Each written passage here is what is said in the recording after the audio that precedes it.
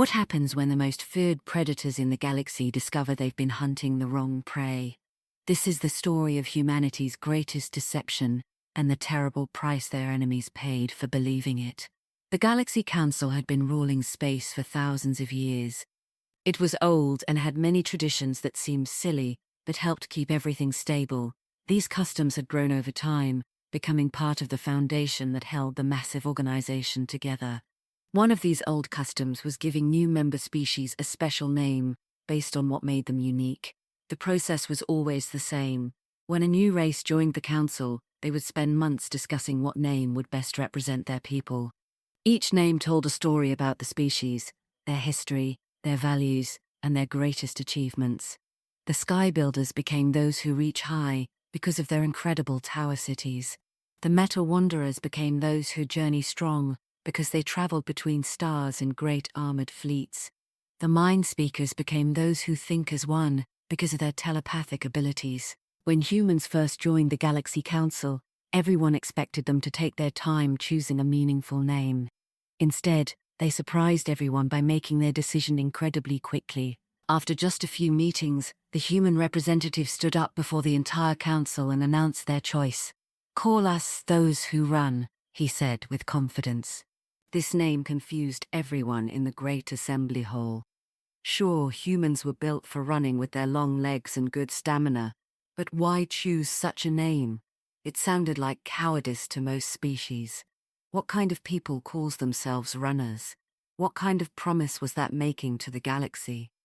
Other species had chosen names that spoke of strength, wisdom, or achievement. The humans had chosen something that sounded like retreat. The next few years seemed to prove everyone's suspicions right. Humans avoided fights whenever possible, always looking for peaceful solutions. When other species would declare war and settle disputes with weapons, humans would sit down and negotiate for hours or even days. When enemies pushed them into corners where battle seemed inevitable, they always managed to find clever ways to escape and resolve things peacefully. They made many friends across the galaxy but very few military allies. After all, who could trust those who run to stand and fight when a real crisis came? The Skar were completely different from humans. They were known throughout the galaxy as those who strike, and they had earned this frightening name through countless bloody battles. They were natural predators with sharp teeth and razor claws, evolved from pack hunters on their harsh homeworld. Their military was feared across the galaxy, and they used this terrifying reputation to get whatever they wanted from weaker species.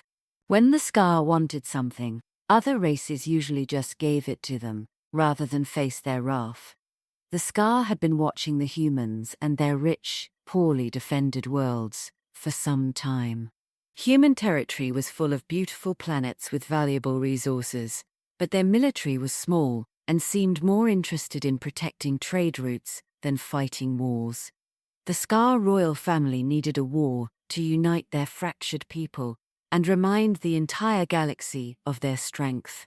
The humans seemed like perfect targets. They were weak, peaceful, and literally called themselves runners. The Skar carefully planned their attack over many months.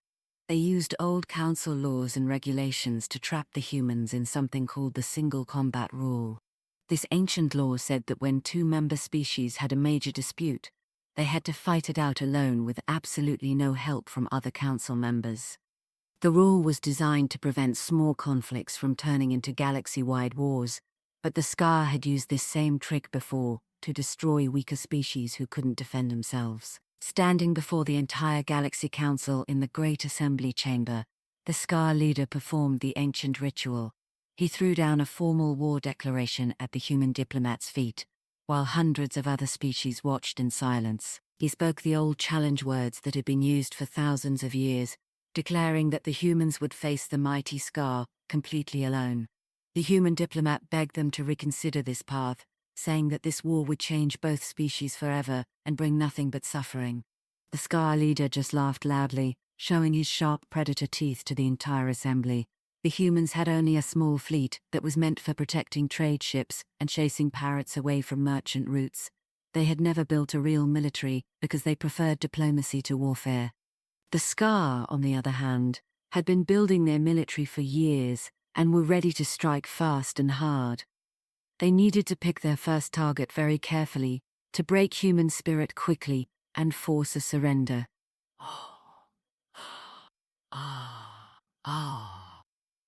After much discussion, they chose Eden, humanity's most beautiful and beloved world. Eden was covered in vast forests and clean cities that worked in harmony with nature. The planet represented everything humans hoped to become, a perfect balance between civilization and the natural world. The cities were built around the trees instead of cutting them down, and wild animals roamed freely through parks and gardens. Eden was humanity's greatest achievement and their most precious treasure. The Skar attack was swift and absolutely brutal. Their warships appeared in Eden's sky like dark storm clouds, and within just a few hours, they had overwhelmed the planet's small defense force. The human soldiers fought bravely, but were completely outnumbered and outgunned. Everyone expected the Skar to take prisoners, claim the valuable world for themselves, and move on to their next target. But then something unexpected and horrible happened. Instead of taking prisoners or claiming the world as their prize, the Skar decided to make an example that would terrify all of humanity.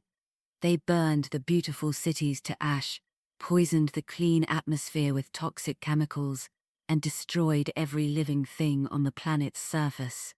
They left Eden as nothing more than a dead, lifeless rock floating in space. They wanted to teach the humans that complete surrender was their only choice for survival. The human response was immediate and absolutely shocking to everyone who witnessed it.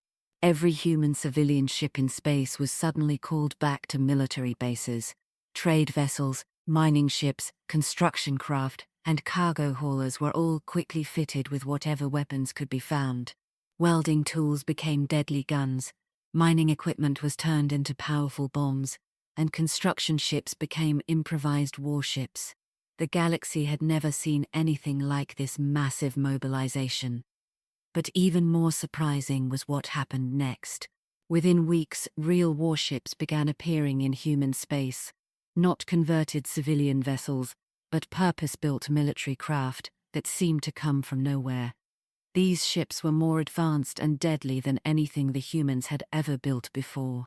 The Skar military experts were both amazed and terrified by these new vessels that appeared faster than anyone thought possible. The humans struck back at 3 different Skar worlds simultaneously. Their improvised fleet fought with a fury that the experienced Skar warriors had never encountered before. Even more shocking, the humans seemed to have an endless supply of ships and soldiers. Every time the Skar destroyed a human vessel, 2 more would appear to take its place. Realizing they had made a terrible mistake, the Skar they rise to call for peace. Their leader offered to end the war immediately and return to their own territory, giving up any claim to human worlds. It was actually a very good deal for humanity. They had proven they could fight effectively and had even gained some new territory in the process. Most species would have accepted this offer gratefully. But when the Skar leader made this peace offer before the Galaxy Council, the human diplomat did something that shocked everyone present. He slowly pulled out a small, burned piece of cloth, all that remained of Eden's planetary flag. The assembly fell completely silent as he threw it at the Skar leader's feet, just as the Skar had done with their war declaration. Then the human repeated the same ancient challenge words back to them, but with deadly calm in his voice. "The ritual cuts both ways," he said quietly. "You started this war, and now you will see it finished. We are coming for you." The war continued, but now everything had changed.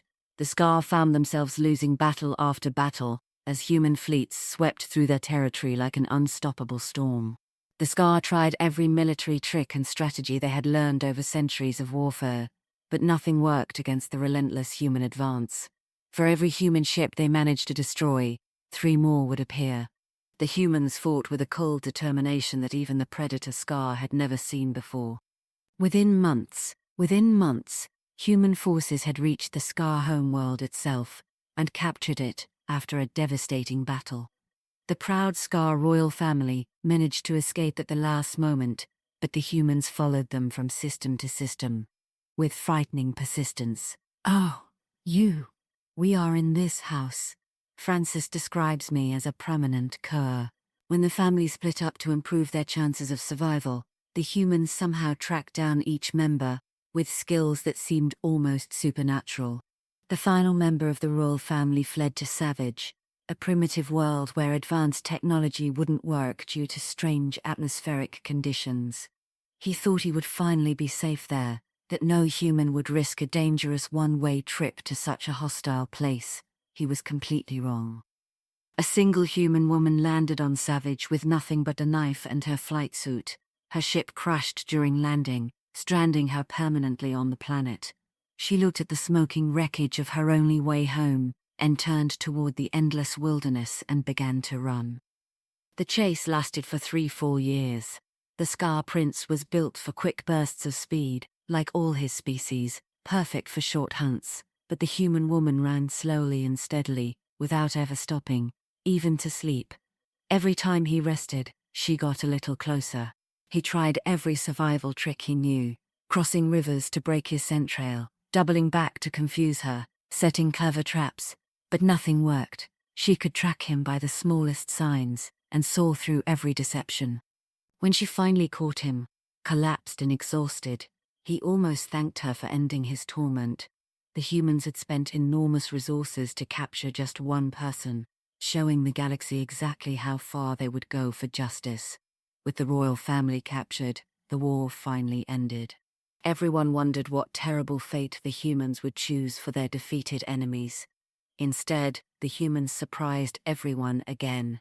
The royal family were sent to work on rebuilding Eden, spending the rest of their lives trying to restore what they had destroyed. The Skar territory was split into many small, weak nations that would spend their time fighting each other instead of threatening others. Later, I spoke with the human ambassador, who sat alone since other species now feared humanity's hidden strength. When I asked about their surprising military power, he smiled, and I noticed sharp teeth at the corners of his mouth, teeth I had somehow never seen before. There was a translation error when we first joined, he explained calmly. Our language device malfunctioned during that first meeting. By the time we realized the mistake, it seemed too small to bother correcting. What was the real translation? I asked, though I was beginning to suspect the answer. His smile widened, showing those predator teeth clearly for the first time. It's not those who run, he said. It's those who hunt.